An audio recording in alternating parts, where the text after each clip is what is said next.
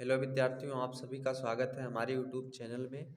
तो दोस्तों, आज की इस वीडियो में हम लोग क्लास 10th के एक important topics plaster of Paris के बारे में पढ़ेंगे हम लोग, जिसको हम शॉर्ट में पीओपी के नाम से जानते हैं दोस्तों।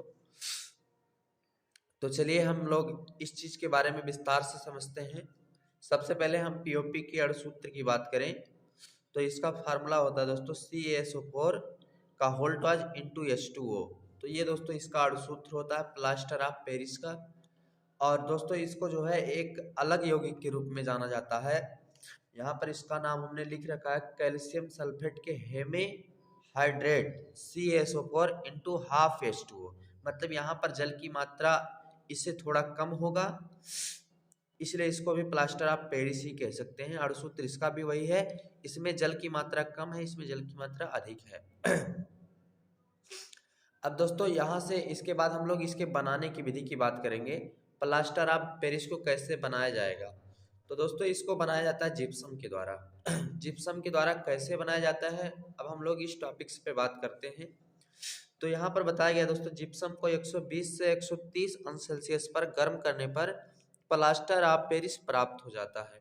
मतलब अगर हम जिप्सम को दोस्तों 120 से 130 अंश सेल्सियस तक हीट कर दे, गर्म कर दे, तो हमें प्लास्टर ऑफ पेरिस प्राप्त हो जाएगा।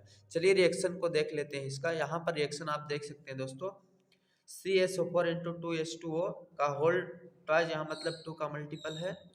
तो यहाँ पर इसका जिप्सम का 2 मोल है दोस्तों, और इसको 120 से 130 अंश सेल्सियस तक गर्म किया जा रहा है।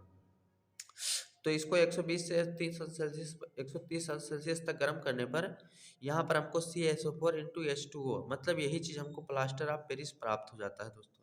और उसके बाद जल का एक अणु जो है, जल का कुछ अणु जो है दोस्तों बाहर हो जाता है। तो यहाँ पर इस रिएक्शन के बहुत ही आसान रिएक्शन है दोस्तों, आप आसानी से इसको समझ सकते हैं।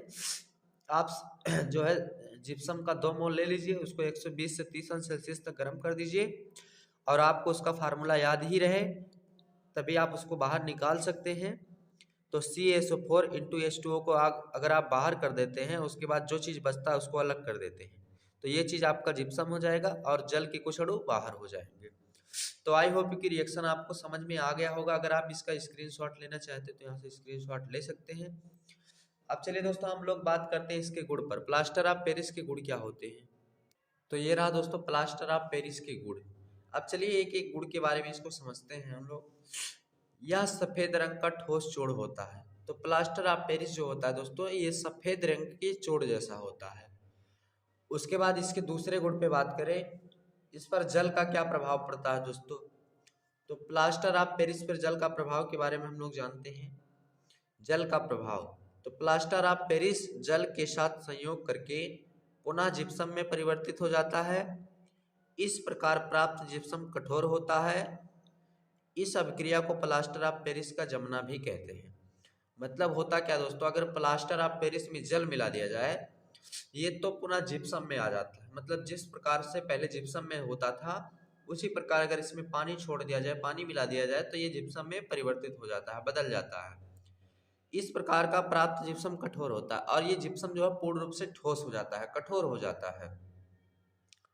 इस अभिक्रिया को प्लास्टर ऑफ पेरिस का जमना कहते हैं। मतलब जब ये अभिक्रिया पानी मिलाने के बाद संपन्न हो जाती है, प्लास्टर ऑफ पेरिस जो है जिप्सम के रूप में परिवर्तित हो जाता है, जम जाता है, तो इस प्रक्रिया को, इस प्रोसेस को प्लास्टर ऑफ पेरिस का जमना कहते हैं। जैसे यहाँ पर देख सकते हो दोस्तों, CaSO4 इंटू 2H2O, इसमें हमने मिला दिया जल, ये प्लास्टर ऑफ पेरिस है, इसमें मिला दिया जल, तो ये जो है पूर्ण रूप से जिप्सम में परिवर्तित हो गया। और ये जो है जिप्सम के रूप में परिवर्तित होने के बाद पूर्णतया ठोस हो जाता है, सॉलिड हो जाता है।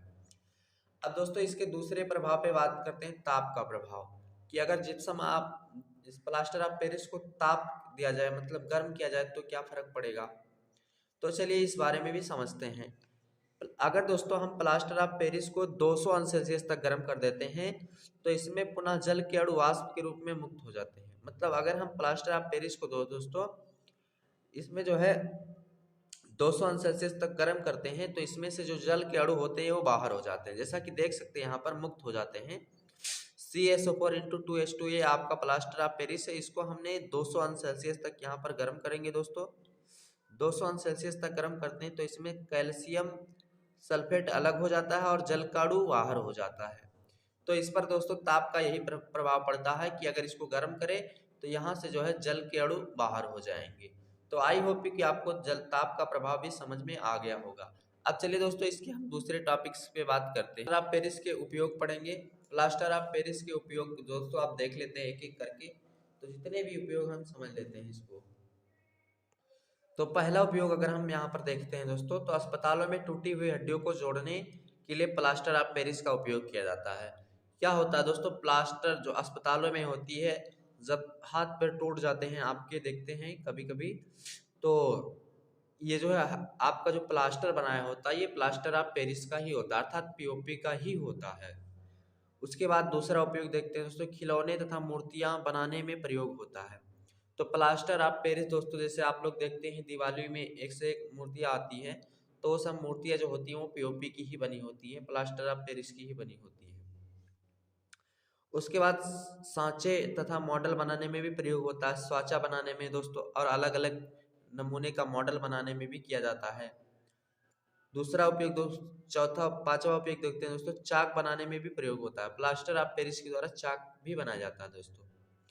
दांतों के प्लास्टर दांतों की प्लास्टर बनाने में भी प्रयोग होता है। दांतों के प्लास्टर से में भी दोस्तों प्लास्टर ऑफ पेरिस का उपयोग किया जाता है। तो यहाँ से आप सारे के सारे उपयोग नोट्स कर सकते हैं दोस्तों। चलिए दोस्तों फिर मिलते हैं नेक्स्ट टॉपिक के साथ नए वीडियो में। Thanks for watching this video में।